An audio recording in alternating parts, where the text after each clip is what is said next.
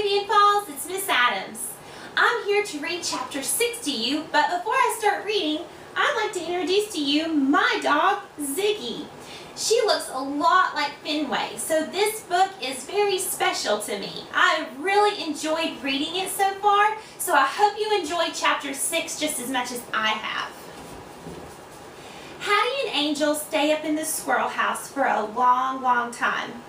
I curl up in the cool grass while Goldie and Patches wander away, muttering to each other. I wait and wait until finally the leafy leaves whoosh, the branches sway, and 2 pairs of feet are scaling down the giant tree. Yippee! I leap as high as I can, pawing furiously at the bottom rung. That's my short human, I bark. I knew you'd come back. Hattie reaches the laddery step just above my head, then jumps. Whee! She shouts, landing in the grass with a giggle. Angel looks like she wants to jump too, but changes her mind. She continues climbing down as I spring up. My brown paw swipes Angel's calf, and somehow she loses her footing. Oh no! She wails. I back away as she falls, landing splat on the ground. Hattie rushes to Angel's side, her face full of concern. Ow! Angel cries. She rubs her bum, scaling at me. She gets her feet and dusts off her clothes. All right, she says to Hattie. Hattie looks relieved. Next thing I know, the short humans are heading for the back porch. I bound after them. Hey, wait for me! Angel punches her palm a couple of times. Ball? She asks. Her long wavy hair hangs out the back of her cap like a squirrel's tail. Hattie shakes her head. Jump rope? She says. Angel scrunches up her face. Nah, she says. She pauses for a moment, her gaze wondering.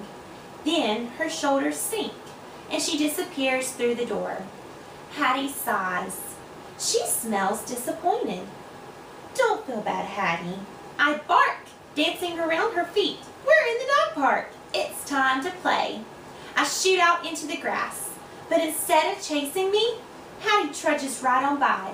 Try to catch me, I bark, zooming along ahead of her, straight to the giant tree. Hattie grabs onto a high rung and starts climbing.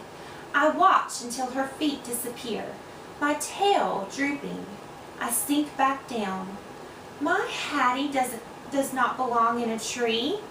My Hattie belongs down here in the grass, chasing me, or scooping me in her arms and showering me with kisses, laughing, having the time of her life, protesting when Fetchman makes us leave the dog park to go home. That's my Hattie. But this Hattie is up in that giant tree again. Does she really want to hang out with those nasty squirrels? With no loyal dog to keep her safe and protect her from grave danger? What if something bad happens to her? Hey, wait a minute. That's it. I run in circles. I know how to get my Hattie back. After all, I'm a professional. I'll save her from dangerous squirrels and evil humans. Why didn't I think of it sooner? It's the best idea ever. She'll remember how important I am, and she'll change back to how she was before. She'll be my Hattie again, like she's supposed to be. I spin and spin, every hair on my body itching to get to work. I'll be on guard for the right opportunity. It's only a matter of time. The next day, I follow Hattie around the house. When danger strikes, I'll be ready. Hattie fishes the long jump rope out of her backpack. She zooms into the bathtub room, where Food Lady is hanging a wide curtain.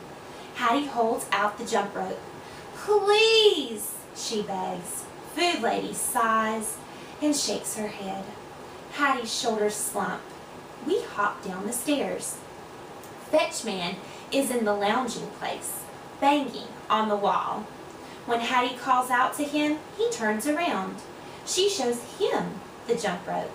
Please, she begs. Fetchman sighs too. He puts a hand on Hattie's shoulder. He speaks to her in a gentle, hopeful voice. I catch one word. Angel. Hattie grimaces. She smells discouraged. I know how she feels. So far, nothing around here looks or smells the least bit dangerous. I'm starting to think my plan to save her isn't going to work when that terrifying sound comes from the front door again. Ding dong! I spring into action. Warning! Warning! I bark, bravely rushing to the source of the danger. Nobody go near that door. Fetchman heads right toward it like he doesn't even hear me. Watch out! I bark. It's probably a grave threat to our safety. Ugh! A grave threat! This is my big chance to save Hattie. I hurry over to her. Bad news. We're all in jeopardy. Stay where you are. I'll protect you. I race back to Fetchman, growling, snarling, totally ignoring me. He opens the door like nothing is wrong. Stand back! I bark. I can handle this. I'm a professional.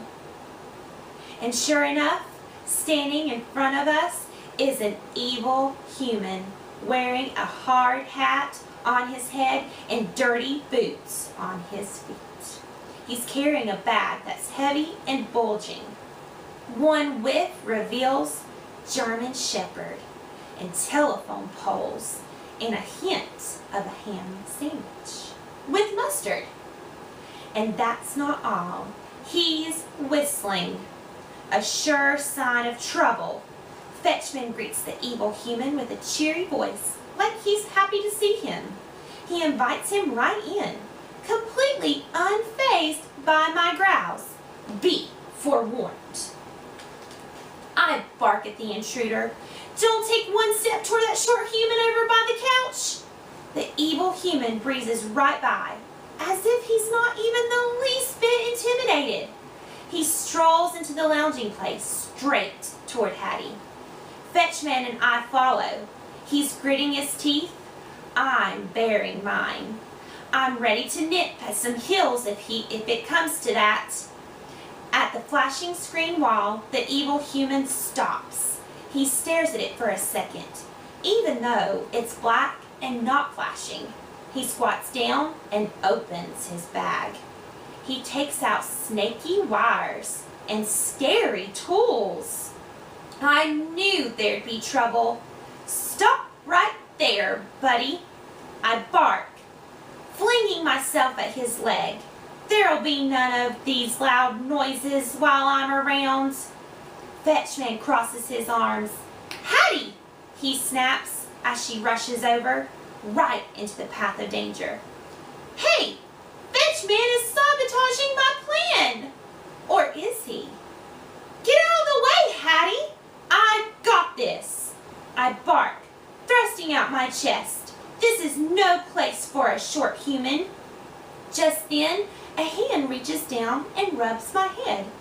Fella, says a strange but friendly voice. The evil human. What is he trying to do? Throw me off my game? Fenway! Fenway! Hattie says, backing away and clapping. She clearly wants to play. Not now, Hattie, I bark. Can't you see how busy I am? She claps louder. Fenway, Hattie says. This time she sounds annoyed. What's going on? This is not part of the plan. Hattie, I'm trying to protect you from this evil human who has invaded our home. I bark, and whoa! The menace revs up the roaring tool.